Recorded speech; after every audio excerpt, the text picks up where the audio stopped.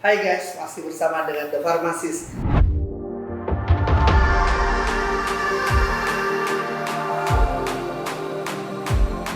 Kita datangkan Prof. Nidom bersama Ibu Kristi. Mungkin sebelum kita mulai, saya akan kepingin tahu, mungkin teman-teman semuanya kepingin tahu profil dari Prof. Nidom. Mungkin Prof. Nidom boleh itu Prof, perkenalkan ini. Terima kasih Pak Edward. Yes. Bahwa nama saya Hairul Anwar Nidom, sebagai Guru Besar Universitas Airlangga di Surabaya, juga sebagai pendiri Profesor Nidom Foundation bersama-sama dengan peneliti milenial di Surabaya. Pendidikan saya di S1 IPB, kemudian S2 di kedokteran UNER, kemudian S3 di UNER, tapi bersama-sama pada saat itu penelitian saya di Universitas Tokyo. Nah, kemudian kami sejak 35 tahun yang lalu kami memperdalam tentang virus, terutama virus RNA yang kami mulai dengan virus hepatitis C, kemudian berkembang lagi mengikuti virus flu burung, kemudian virus MERS, Zika, dan terakhir ini kita mengikuti COVID, jadi virus Corona-19. Jadi cukup asik dengan mengikuti virus, karena virus itu adalah suatu makhluk hidup yang ada di dunia yang tidak lengkap di dalam komposisi tubuhnya, tapi dia harus hidup. Oleh karena itu dia membutuhkan bantuan dari makhluk hidup yang lain. Nah, bantuan hidup dari virus itu diterjemahkan sakit oleh individu yang lain. Jadi ini antara kebutuhan dari suatu makhluk hidup dengan timbul akibat yang disebabkan oleh virus itu menjadi sebuah sakit. Nah, disitulah sering terjadi pertentangan antara kebutuhan virus dan akibat yang ditimbulkan kepada makhluk hidup yang lain, baik itu hewan maupun manusia. Oh ya, Prof. Jadi kan di beberapa negara ini kan melakukan lockdown sama isolasi, local isolation ya, maksudnya lokal isolasi. Nah, ini kan saking paniknya terhadap COVID-19 ini. Nah, kalau kita lihat bahwa di Indonesia ini kalau menangani yang namanya teroris itu cepat sekali. Nah, untuk menangani COVID ini sangat-sangat kita lambat, dan mungkin kita udah berusaha semaksimal mungkin, tetapi belum ada cara yang paling cepat. Sebenarnya yang dimaksud dengan COVID-19 ini seberapa berbahayanya sih? Ya, jadi COVID-19 ini kan berawal dari Wuhan, di mana di Wuhan itu berawal dari pasien-pasien yang banyak menderita pneumonia, jadi radang paru-paru yang cukup berat. Kemudian oleh pemerintah Cina baru dilaporkan kepada WHO kenapa kasus pneumonia berat ini banyak terjadi pada masyarakat Wuhan. Nah, kemudian diselidiki penyebabnya, akhirnya ketemu sebuah coronavirus yang disebut pada waktu itu New Coronavirus 2019. Jadi belum dinamakan apa-apa, dan itu ditemukan di Wuhan, di mana struktur dari coronavirus 2019 itu berbasis pada struktur corona yang berasal dari kelelawar. Nah, kenapa banyak korban yang terjadi di situ? Karena memang pertama bahwa virus ini merupakan virus baru, di mana banyak masyarakat yang sifatnya naif antibodi terhadap virus-virus ini, sehingga dia tidak mempunyai pertahanan tubuh. Kemudian yang kedua, banyak orang-orang tua yang mengalami komplikasi dengan penyakit lain, itu yang menyebabkan mudahnya mereka menjadi korban untuk coronavirus ini. Nah, itu memang awal dari ceritanya terjadi di pasar ikan, tapi itu sebetulnya faktor kebetulan saja. Hubei ya Pak? Ya, di Hubei, provinsi Hubei. Kemudian provinsi Hubei itu kan ibu kotanya di Wuhan. Betul.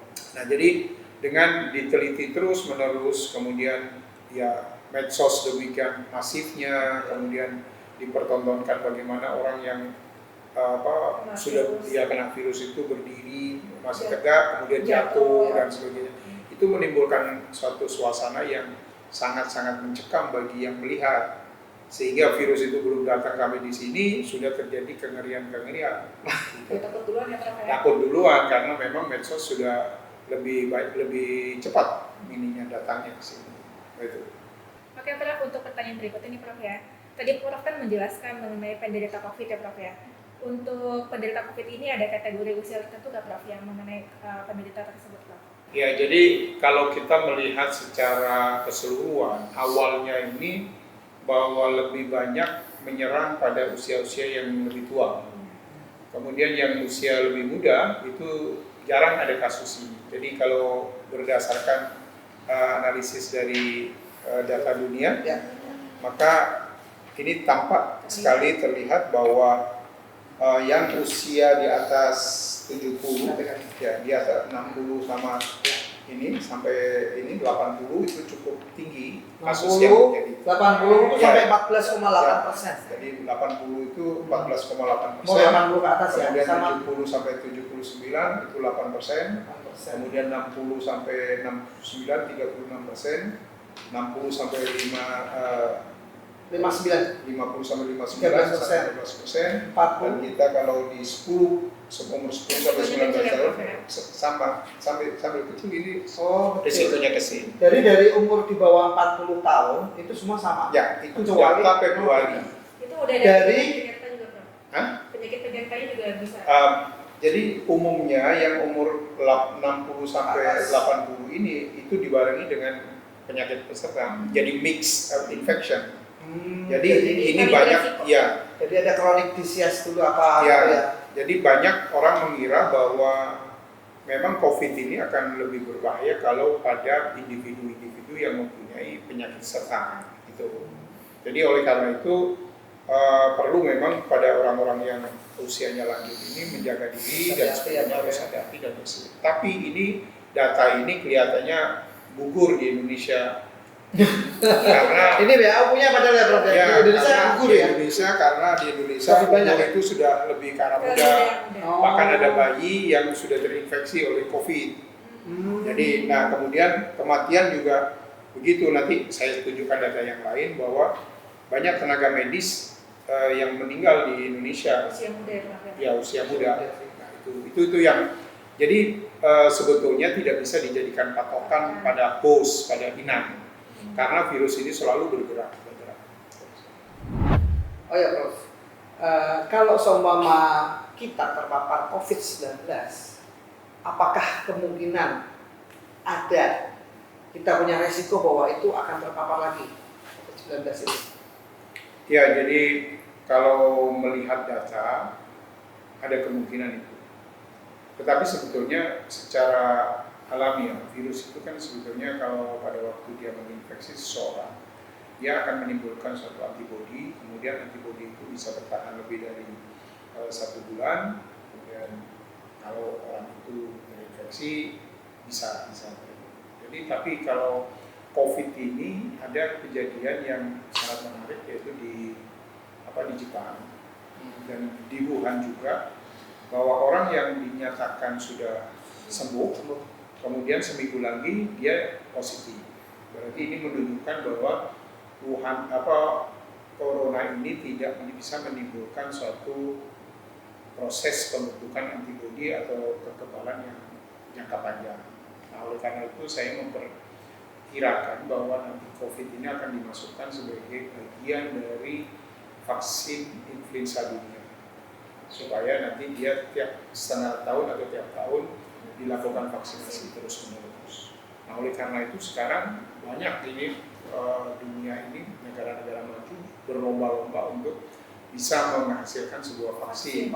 Karena itu adalah suatu penawaran kepada WHO supaya WHO bisa menentukan bahwa coronavirus ini nanti bagian dari suatu vaksin influenza. Yang saat ini vaksin influenza itu terdiri dari 3 dan bahkan ada 4, yaitu trivalen atau quadrivalent.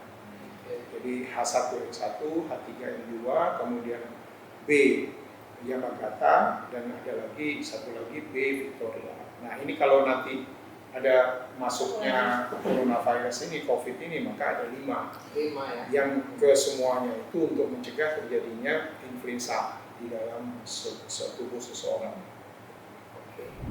Oke guys, saya kira kita udah banyak sekali pertanyaan, jawaban yang bisa membuat teman-teman tahu tentang COVID-19.